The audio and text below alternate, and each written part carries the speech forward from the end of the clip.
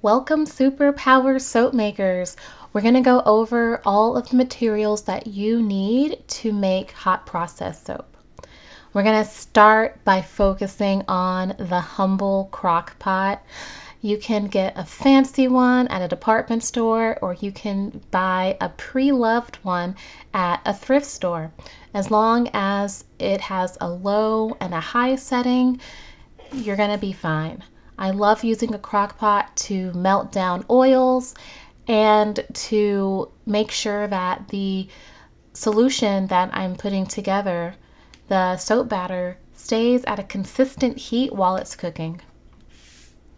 You'll need a spatula, a good sturdy spatula, both for mixing that lye and water solution together, and also another spatula that's going to help you scrape down any butters and oils that are left in your measuring container.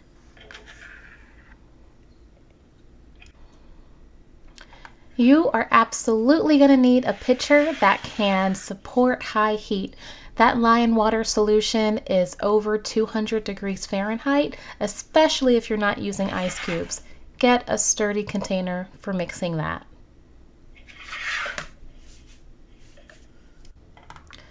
Now, a strainer is great for after mixing that lye and water solution.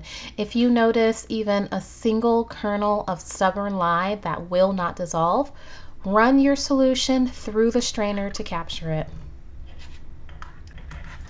All right, this is the workhorse of the soap making operation, and that is going to be your stick blender. I've had this stick blender for many years now, and it has served me very well. And essentially, this stick blender is going to make that saponification process happen. Without it, you might find yourself mixing for hours in order to incorporate that lye in that water. So this stick blender is certainly highly used in the process. I found this one at the grocery store, and it served me well for many, many years. You can also find these at the thrift store too if you're soap making on a budget, or at a department store if you want to ensure quality and not chance it. These are humble, simple measuring cups. I use these to measure powders that I'm going to add to the recipe, or to measure out fragrances and essential oils. The powders can go into the lightweight cups that are on the left, and the fragrances and essential oils will go in the more sturdy cups on the right. This is because some essential oils can actually deteriorate those lightweight plastics. So for those essential oils, definitely use that sturdier plastic.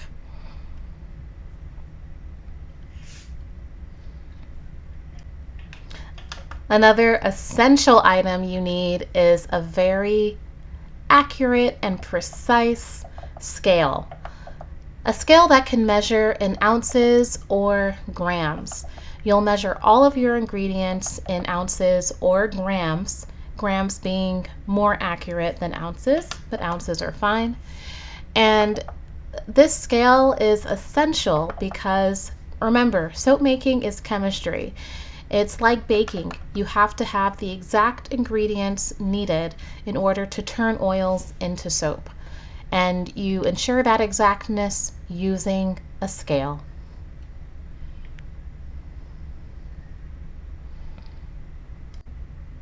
So I'll admit that this is not required, but I use phenolphthalein to help me test when my soap is ready after doing hot process.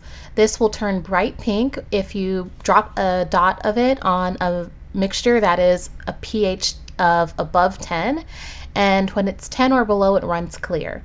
I use this in my classes to help us know when the soap is good to go. And molds. You'll need molds to dump your soap into, otherwise it's going to harden into your crock pot and you're going to have a tough time getting it out. You can use plastic molds that accept high heat, like these specifically made for soap molds, Or you can use paper molds like these circular ones. And whatever mold you use, just like the name suggests, it's going to be the shape of the soap. I hope this video helps.